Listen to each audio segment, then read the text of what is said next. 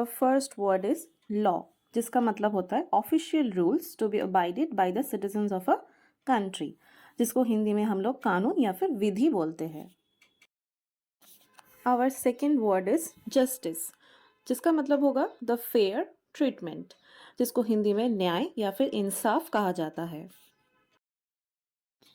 Number 3 is supreme court, जिसे हम लोग सब जानते हैं, जो हमारे देश की सुप्रीम जुडिशियल अथॉरिटी है, जिसको हिंदी में सर्वोच्च न्यायालय कहा जाता है.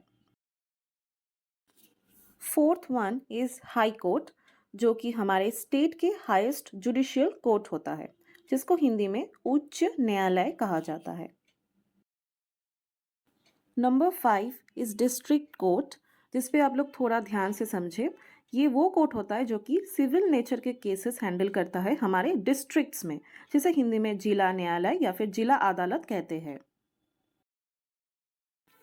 नंबर 6 इज सेशंस कोर्ट, जो डिस्ट्रिक्ट कोर्ट से थोड़ा अलग होता है.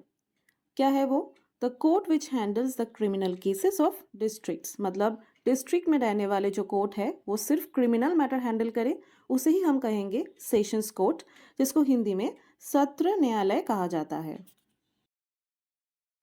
Number 7 is apex court, the court which has all judicial control and last place of justice, मतलब हम लोग सुप्रीम कोर्ट को ही एपेक्स कोर्ट कह सकते हैं, इसीलिए उसका हिंदी भी क्या होता है? सर्वोच्च न्यायालय. Next number 8 is civil court, the court which deals with civil matters like property between two people और प्राइवेट कंपनीज, जिसे हिंदी में कहेंगे दीवानी अदालत. Number 9 is trial court. ये क्या होता है? The first court before which the facts of a case are decided, मतलब जहाँ पे सारे फैक्ट्स डिसाइड होता है उसे ही कहेंगे ट्रायल कोर्ट, जिसका हिंदी होगा विचारण न्यायालय. Number 10 is appellate court. क्या है एपीलेट कोर्ट? अच्छे से समझे. The court that hears the appeal of a trial court's decision. हमने पहले ही देखा ट्रायल कोर्ट क्या होता है. ट्रायल कोर्ट के डिसीजन को जहाँ पे अपील किया जाता है उसके अगेंस्ट पे, उसे कहते हैं एपीलेट कोर्ट, या फिर हिंदी में कहेंगे अपीलीय न्यायालय. नंबर 11 इज चीफ जस्टिस, मतलब the highest ranking officer of the Indian judiciary is known as chief justice, Hindi में जैसे कहेंगे मुख्य न्यायाधीश. नंबर 12 इज डिस्ट्रिक्ट जज. द जजेस who chair the district courts will be called as district जज, जिसका हिंदी होगा जिला न्यायाधीश. नंबर 13 इज सेशंस जज. ये भी थोड़ा आप लोग ध्यान से समझे.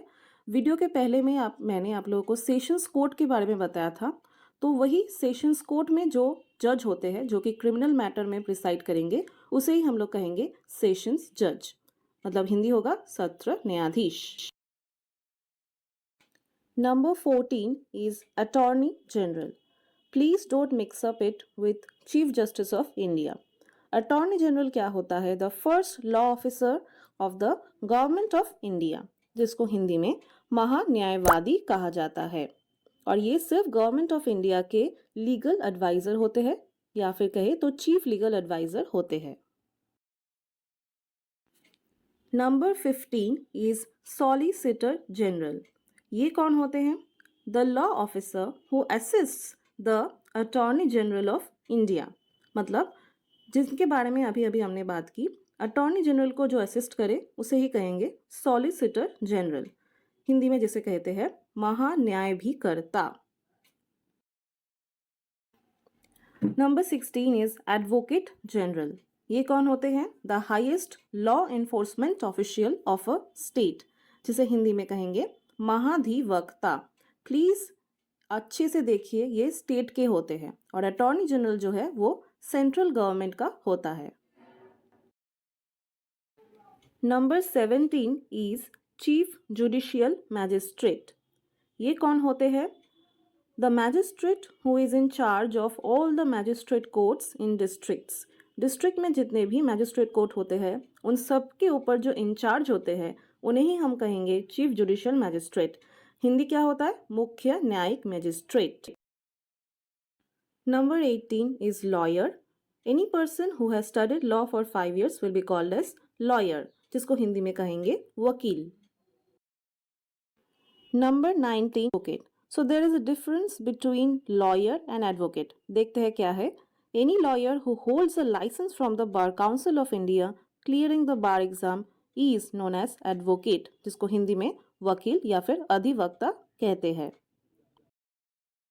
Number 20 is counsel.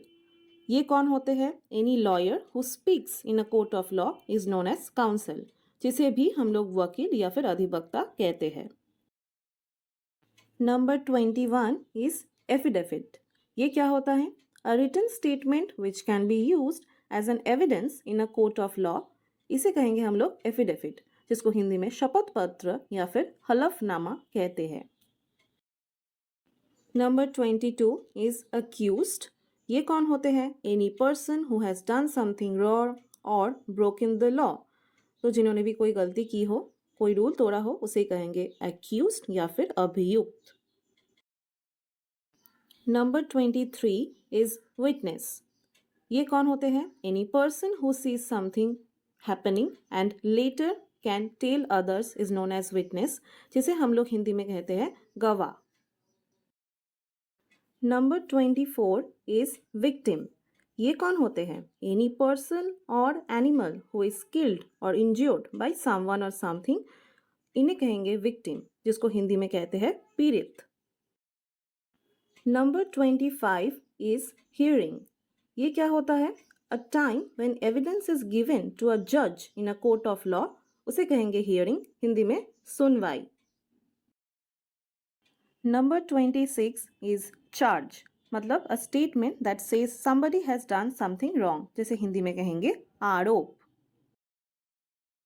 Number 27 is accusation. मतलब to charge a person with some offense, जिसे हिंदी में कहेंगे आरोप या फिर दोषारोपण।